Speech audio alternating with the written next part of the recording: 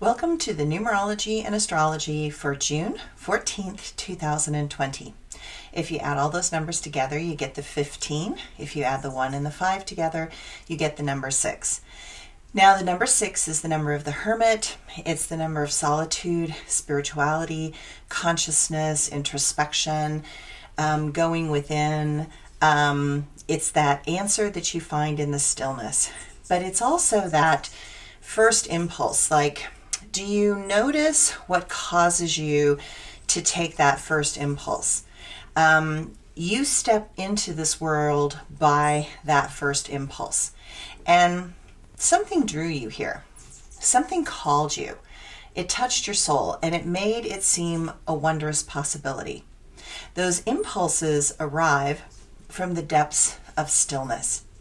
You do not realize when you literally are going to take a step.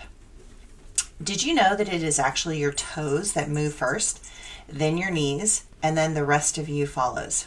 Do you notice those toes gripping at the earth as you are compelled forward? Probably not. Do you know why you do certain things? Probably not. So strange things motivate us to go forward, things that we do not understand completely. Impulses of light come from deep places in our brain and activate our muscles.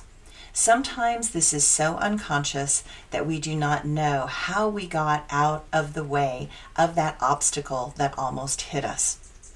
Somehow, in that darkness, in the light that pulses in the darkness, there is something that knows, chooses, and understands better than us what is happening. The number 6 is about learning to understand those strange things that happen by chance because there are no coincidences. There is a powerful and complex force that knows this game and this world better than you or I do. They know what you need to grow and what you need to change. So this moment is perfect. Dive into the darkness far enough until you see the light that pulses through the unconsciousness in this world. And know, even the darkness has the same master as the light. Okay, the astrology for today. The moon in Aries is making you active, reactive, and passionate about what you feel. While the sun continues in mentally active Gemini also, this creates a lot of challenges for today. Know that overthinking things creates missteps. Recognize that all things do not need an immediate response. Think before you move. Think of the future, your future. What could possibly happen that would make you proud or not? Carefully thought out steps are essential. The sun's semi-square to Uranus makes you feel at your edges on many levels. While productivity is helpful to focus such moments, know that things are going to get shaken and stirred. And no, we are not making martinis. Normal routine continues to shatter in this ongoing chaos.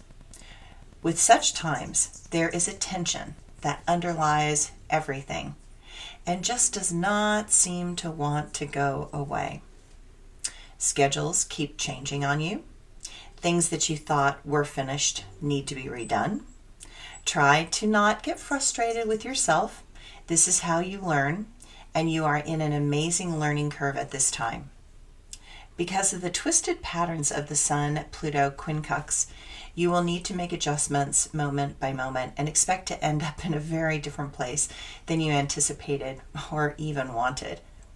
You will continue to see the power shifts internally felt and externally seen.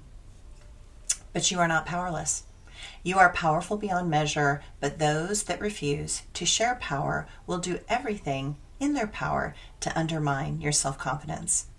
Don't let them take from you what is your birthright.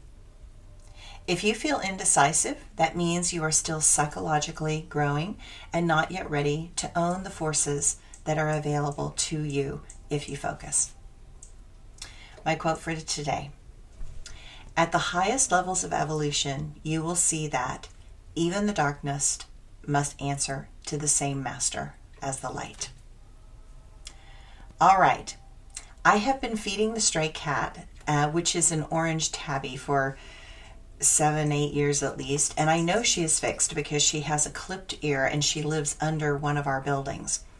My cat, my indoor cat, that's an indoor-outdoor cat, which is a black cat, has a vendetta against her. So I have to make sure mine is in when I feed the other outdoor cat. I call her Samantha. She does not purr. She does not talk. She glares at me, but continues to get more and more relaxed with me over time. I do not reach out for her. I do not startle her. I do not force any interaction from her. But I talk to her, and I tell her what a pretty girl she is. I tell her about my morning as I am feeding her, and she will calmly blink her eyes, a sign that she is relaxed with me, regardless of any obvious cat-human interaction. I can feel that she enjoys our interactions, but that she does all things on her terms and her way.